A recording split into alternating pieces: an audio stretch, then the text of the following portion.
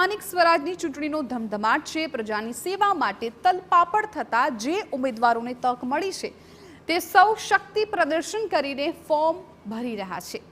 રાજકોટ જિલ્લાની જેતપુર નગરપાલિકા માટે ભાજપના 44 ઉમેદવારોએ ફોર્મ ભર્યા છે।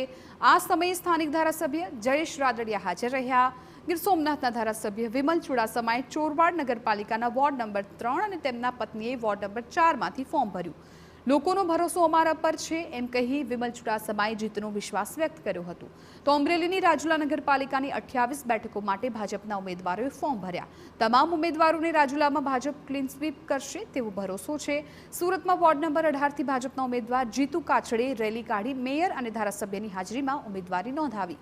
વડોદરાની શિનોર તાલુકા પંચાયતની સાધલી 2 બેઠક પરથી ભાજપના ઉમેદવારે ફોર્મ ભર્યું। મહીસાગરની સંતરામપુર નગરપાલિકામાં ત્રિપાખીયો જંગ સર્જાય તેમ છે તો ભાજપના ઉમેદવારોએ રાજ્યના શિક્ષણ પ્રધાન કુબેર ડિંડોરની હાજરીમાં રેલી યોજી ઉમેદવારી નોંધાવી। વીરપુરના જોધપુર અને ખાનપુરના કનોડ તાલુકા પંચાયત સદસ્યનો પેટા ચૂંટણીમાં પણ ફોર્મ ભરાયા છે।